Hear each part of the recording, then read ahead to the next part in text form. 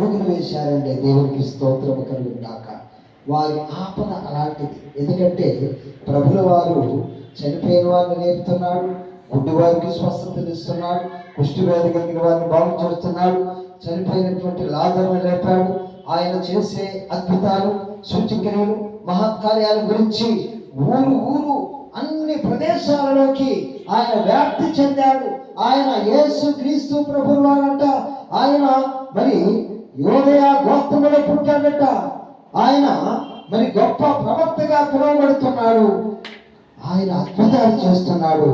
ఏ లెక్క మాట్లాడే వాళ్ళు ఎవరూ లేరట అనేటువంటి మాటను ఆ యొక్క కుష్ఠవ్యాధి కలిగిన వారు విన్నారు. దేవునికి స్తోత్రం కలుగును గాక. యేసుని గురించి విన్నారు వాళ్ళు. యేసు ప్రభు గొప్పతనాల గురించి విన్నారు. యేసు ప్రభు అద్భుతాల గురించి విన్నారు. దృఢమైన విశ్వాసముతోటి, అమూల్యమైన విశ్వాసముతోటి, అల్ప విశ్వాసమును వాళ్ళు తీసివేసుకున్నారండి. దేవునికి స్తోత్రం. తీసివేసుకుని అడుగులు వేస్తూ ఉండగానే వాళ్ళు ఆ ఊర్లోకి పోతూ ఉండగానే పిల్లరా 10 మంది శుద్ధులయ్యారట. దేవునికి స్తోత్రం. 10 మంది స్వస్థతలోకి నడిపించబడ్డారు. నడిపించబడిన తర్వాత ఏం చేయాలండి? అందరూ ఏం చేయాలి? ప్రభు దగ్గరికి వచ్చి కృతజ్ఞతాస్తుతులు చెల్లించాలి. కానీ అందులో ఒక్కడే వచ్చాడు, సమరయుడు, అన్యుడు. దేవుణ్ణి మహిమపరచుకుంటూ కృతజ్ఞతాస్తుతులు చెల్లించుకుంటూ వస్తూ ఉన్నాడు. పరుగులు తీస్తూ వస్తున్నాడు. వచ్చి వచ్చి వచ్చి ఆయన పాదాలను పట్టుకున్నాడు. ఆయన పాదాలను పట్టుకుని దేవుణ్ణి మహింపరుస్తూ ఉన్నాడు.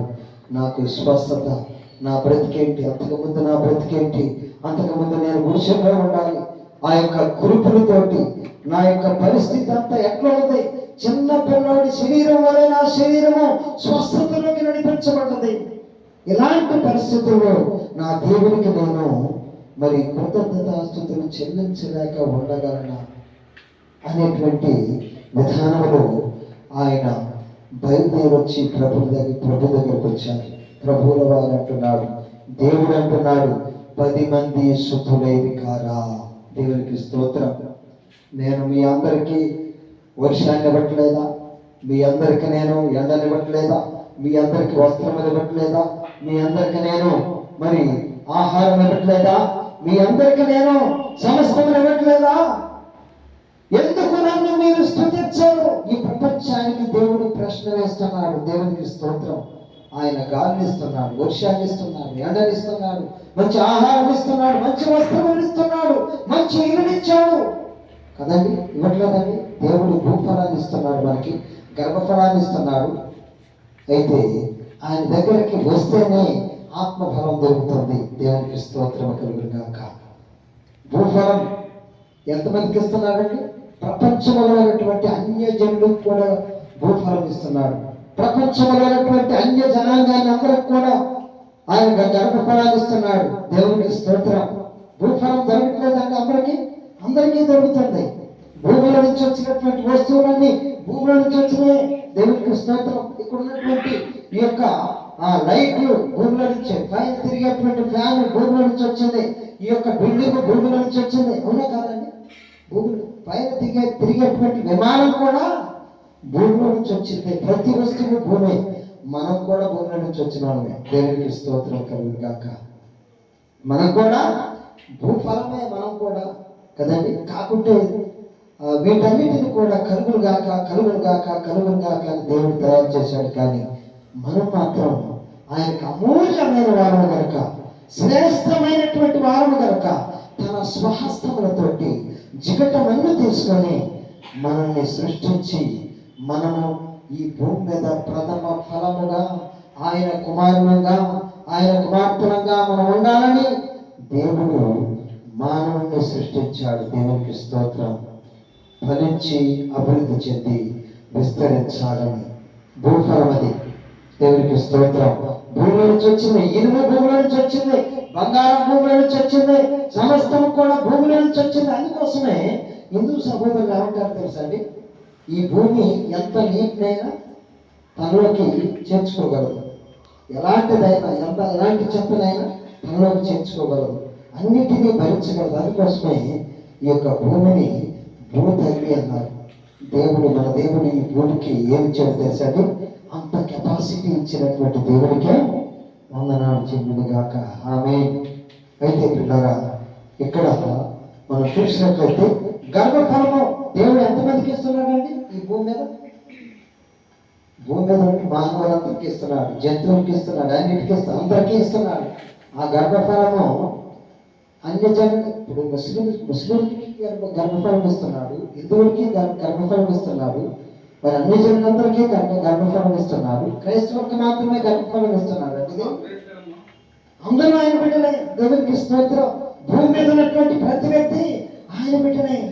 ఆయన అందరికీ గర్భఫలం ఇస్తున్నాడు, అందరినీ ఆయన ప్రేమిస్తున్నాడు. దేవుడు లోకమును ఎంతో ప్రేమించుతున్నాడు కనుక మరి అందరికీ గర్భఫలం వస్తుంది, అందరికీ భూఫలం వస్తుంది. పిల్లారా, ఆత్మఫలం మాత్రం కొందరికి మాత్రమే వస్తుందండి. ఎవరైతే యేసుని సొంత రక్షకునిగా అంగీకరిస్తారో, ఎవరైతే యేసు ప్రభువుని సొంత రక్షకునిగా అంగీకరిస్తారో, యేసే నా ప్రభువుని అంగీకరిస్తారు, యేసే నా దేవుడిని అంగీకరిస్తారు, యేసే నా పాపల కోసం మరణించాలని, నా పాపల కోసం మరణించి సమాధి చేయబడి తిరిగి లేచాలని ఎవరైతే నమ్ముతారో వారికి మాత్రమే ఆత్మఫలము దొరుకుతుంది. దేవునికి స్తోత్రం. రేపు ప్రపంచంలో ఉన్నటువంటి ప్రతి వ్యక్తి కూడా పెట్టారా, దేవుని దగ్గర, సర్వశక్తివంతుడైనటువంటి నా దేవుని దగ్గర ప్రశ్నించే హక్కు ఎవరికి లేదండి. ఎవరో తెలుసండి, నేను మీకు అందరికీ కూడా ఈ ప్రపంచంలో ఉన్నటువంటి ప్రతి వ్యక్తికి గర్భఫలం ఇచ్చాను, మీకు పిల్లలు వచ్చింది నేనే, భూఫలాన్ని ఇచ్చాను మీ అందరికీ. మీరు నా దగ్గరికి రాలేదు కనుక, నేనే రక్షకుడిని మీరు నమ్మలేదు కనుక, నేను మీ పాపముల కోసం మరణించి సమాధి చేయబడి తిరిగి లేచి సజీవుడిగా ఉన్నాను కనుక, నన్ను మీరు నమ్మలేదు కనుక, మీకు ఆత్మకర్మ దొరకలేదు కనుక పరలోక రాజ్యంలో మీకు ప్రవేశం లేదు అని ఖచ్చితంగా చెప్తాడు దేవుడు. దేవుడికి స్తోత్రం. ఈ భూమి అంతా అయితే, భూమిలో ఉన్నటువంటి సమస్తము కూడా దేవుడివే. ఇక్కడ ఈ సమయంలో దేవుడిని స్తుతించుకుంటూ వచ్చాడు. ప్రభువుని స్తుతించుకుంటూ, కేకలు పెట్టుకుంటూ దేవుడిని స్తుతించుకుంటూ వచ్చాడు. తండ్రి గారు ఒక ప్రశ్న వేస్తున్నాడు, 9 మంది ఎక్కడ ఉన్నారు? దేవుణ్ణి స్తుతించడానికి ఈ అన్యుడు వచ్చాడా? దేవునికి స్తోత్రం. ఈ సమయంలో పిల్లలు మనకి ఈ ప్రశ్న, దేవుడు నీ పట్ల, మన కుటుంబాల పట్ల, మన పిల్లల పట్ల, మన యొక్క బంధువుల పట్ల, మన కుటుంబాలలో ఎన్నో అద్భుతాలు జరిగిస్తున్నాడు. ఒక గొప్ప అద్భుతం ఏంటంటే పిల్లలు, ప్రతిరోజు గాలిని ఇస్తున్నాడు దేవుడు, పీల్చుకోవడానికి గాలిని ఇస్తున్నాడు. చాలండి, గాలి ఒకసారి ఆగిపోతే బ్రతకలేమంటే మనం బ్రతకలేం. కాబట్టి పిల్లలు మరి దేవుడు అన్నింటిని ఇస్తున్నాడు.